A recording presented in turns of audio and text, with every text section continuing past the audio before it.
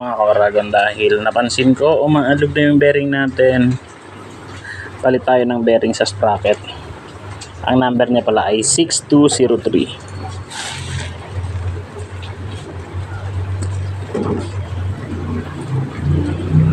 Ay mga kauragon, grabe na yung grabe na yung pag-uga, kaya palit tayo.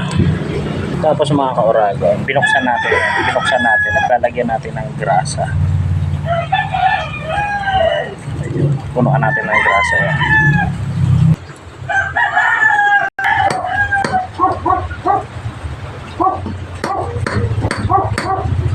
Ayan na mga kauragon, ganyan na. Para hindi malamog yun, gamitin mo yung tinanggal.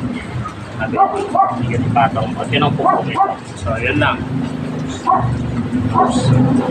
At ayan na mga kauragon, goods na, hindi ko na sa inyo pinakita lahat kasi wala akong taga-video at marami yung kamay ko kanina. So yun lang mga kauragon, that's all. Thank you and paalam.